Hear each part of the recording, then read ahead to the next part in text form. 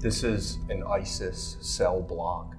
You can see the size of this, like an adult couldn't even lay down in this cage.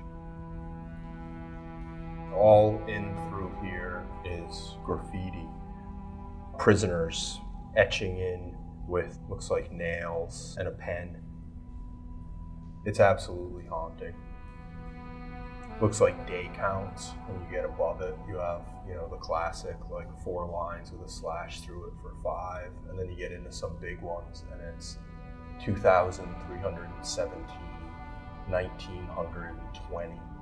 You can just imagine it, like you can feel it, just someone slowly losing their mind in this kind of like brutal captivity. Absolutely shocking.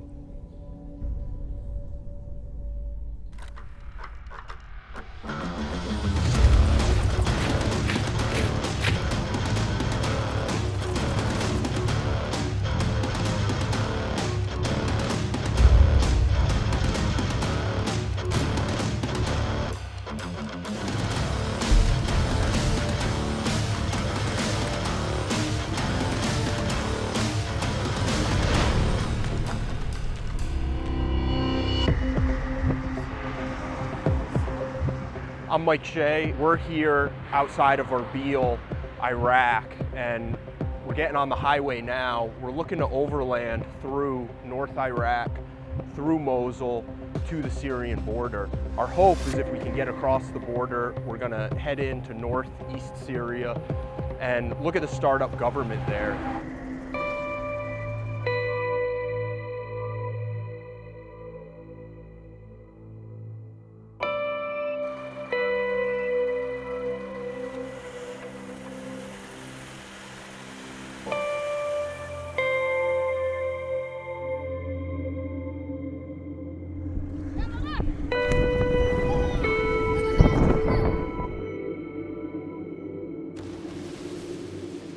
So we made it across the border and into Syria. We're now here in Amuda, Syria. We're at the team house of the nonprofit who's helping us execute all of this reporting, the Freedom Research Foundation. And I gotta say, like, the streets are vibrant. Rolling in through this country, you see oil derricks working and trucks and guys in the field. The agriculture out here, it's the Fertile Crescent for a reason. There's wheat as far as you can see, huge combines and tractors working the fields. So it definitely has a vibrance to it that you may not have expected. I didn't expect this being my first trip. There was definitely some anxiety. You're crossing a border into Syria. Until very recently, there were sanctions on it. Generally speaking, we can be here because this is part of the Autonomous Administration of North and East Syria, which has a good relationship with the coalition. With the coalition support, the SDF cleared ISIS from this region, and it's more or less friendly to some Americans. You get into the west part of the country, Damascus, it's a different country, and that is definitely not the case. Really what we want to do here is profile, like, how do you start a democracy from zero in a part of the world that in the worst case is hostile to democracy, and in the best case is at least uneasy to it, is at least new to it. In this particular region of Syria, they're driving hard on issues like women's rights, freedom of the press, freedom of religion, and we're going to see kind of how that's working within the larger Middle Eastern context.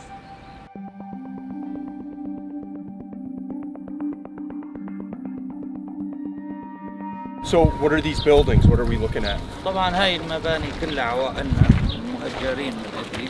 هاي كانت عبارة عن خضروات حسنا نصلح بالنسبة لعينا العوائل لأن المخيم اللي عنا موجود بمخيم أبو قبيع ما بيتحمل هالأعداد الكبيرة. حسنا هاي المناطق مصلحة. I mean, look behind us. There are kids learning soccer, playing. So such a dramatic battle space and a headquarters of ISIS has been turned into, peaceful, democratic living conditions. طبعا شيء أكيد، يعني مو بس قتال مهمة بس قتال داعش، لا مهمة القضاء على فكر داعش، هذا عندي إياه أهم. وأمنا بهالأولاد. We just road tripped south out of Amuda about 3 hours to Raqqa. Raqqa was ISIS country. This was the capital of their caliphate for a brief time. Now it's fully under NES control, and we're starting to see the foundations of democracy begin to flourish. The Green Idlib Council is headquartered here. Now, Idlib is a region in northwest Syria, about 300 miles from here. But as Jabhat al-Nusra and Turkish incursion happened in their land several years ago, many of them have moved to IDP camps, internally displaced people camps. A large one for the Idlib region is here in Raqqa. Now, what's being done is they're organizing through a democratic council. So the way you can think about what's happening here in the administration region is the ANES is something like a state government.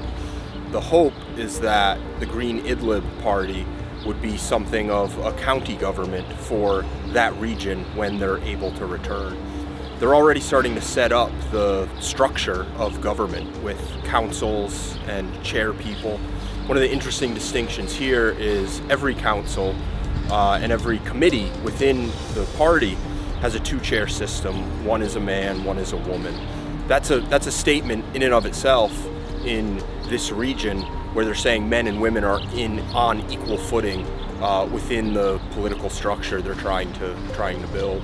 We're going to go in a little bit and talk to some of the co-chairs and try to get a better understanding about how this government is coming together. It's a tall order. People we've talked to here said the timeline could be a decade, but they're doing all the work they can right now on the ground to make sure they're organized for when that day comes and there is a larger democratic free Syria. They'll have a role in it. How did you get from Idlib to Raqqa? What was that transition like? طبعا جينا على منطقة الرقة وصرنا نحررها يعني براثن داعش، صرنا نأسس بنينا، كانت هاي عبارة عن دمار يعني، صرنا نبني شيء الرقة، نساعد أهل الرقة ببناء صرنا نقدم شيء يعني.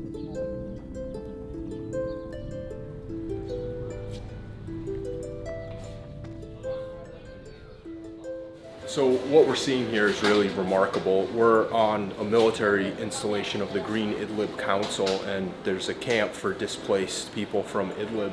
And we walked into what is effectively the Women's Center. And this is where they actively provide therapy, counseling to really undo the mindfuck, frankly, that ISIS and other Islamic terrorists have kind of done across the region. There's also a skills aspect because a lot of the education for years was cut off here. So we're here in a room where sewing is taught, and it's unbelievable. Like this is part of a military installation here. دائما المرأة عنا العربية أو المرأة الشرقية بصورة عامة بتعاني من خوف. نحن بنحاول نكسر حاجز الخوف جواتها. وإنه تطلع روح المرأة الموجودة، تكون مشاركة، تكون فعالة، تكون منتجة بالمجتمع. This means smile.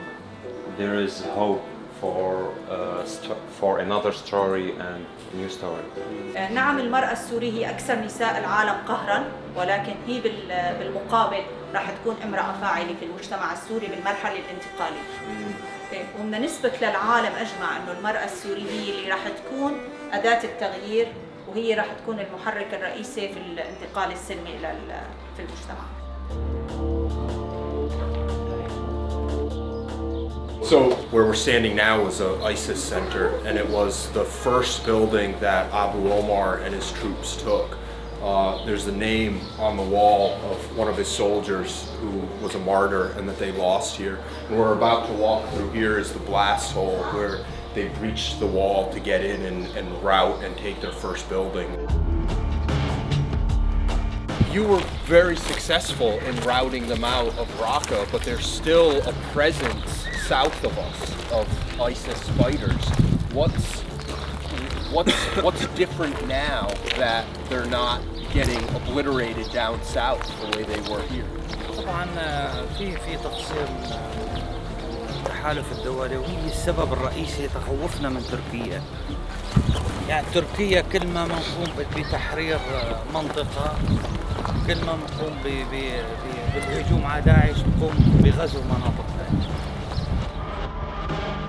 So we just stepped off the barracks out here, and there's barracks, there's a med center, there's the archive, and when you come in here, this is one of the security offices, and you can see the safe, the bunker that they built through with the quick armory. So flak jackets, mags loaded, and plenty of AKs, the weapon of choice for the region. One of the things I just asked them is, there's still a lot of ISIS graffiti up, and why not paint it over? Why not put, their flag? And he said it's a memory that we won. It's something of a reminder of that this was theirs, and they came into what was effectively the heart of the caliphate, and they took it back.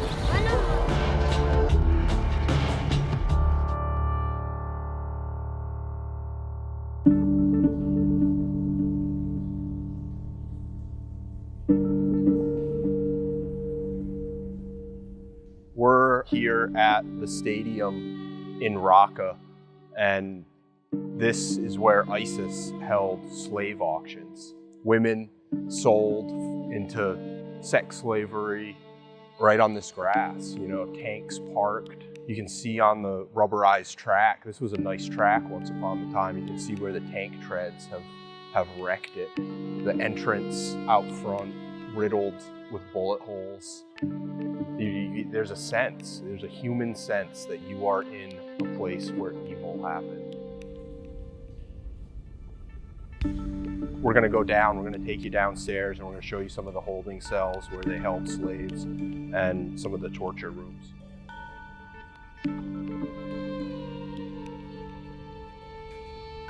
What do these triangles mean that we're seeing through here? This triangle means that the global coalition had cleaned all the buildings from the bombs that ISIS lifted before they withdraw from the building. What about this here?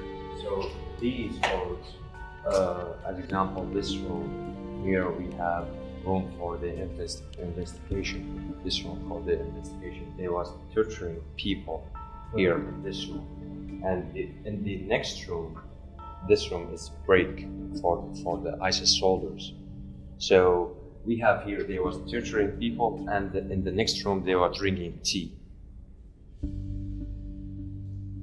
So this setup here kind of speaks to the intensity of the battle. Some of the soldiers who were here with us pointed out that a PKM, a machine gun, was likely placed here. You can see the explosion it's very intentional. And when we peek through the hole, you can see a clear line of sight down the entire hallway. And it's obvious that those holes were intentional. Now, something of importance here, there is no exit. The jihadist on the gun has nowhere to go. And it speaks to the mindset of those guys. They knew they were going to lose this ground. They knew that they were going to lose this battle, but their intention was to take as many people with them as possible. And these are the cells. Yeah. Every room there was putting one person, but as example, this room, it's big. There was putting more than 4 persons in each cell. Unbelievable. Do we have a number of how many captives they had at any given time? Hundreds or thousands? Thousands. Thousands. Yeah, unbelievable. The hard thing to kind of get your head around is the administration and the SDF did an exemplary job of shutting down the ISIS military operation, but everyone here is quite aware that that extreme psychotic ISIS ideology is still out there in the streets with sympathizers, with people who almost certainly did evil when this place was a slave auction out there. And when we were talking to Abu Omar, the commander in the region, you know, he said the war isn't over, the battle's over, but, you know, education is the solution to ridding the world of this just cancerous ideology. So it's heavy medicine here for sure.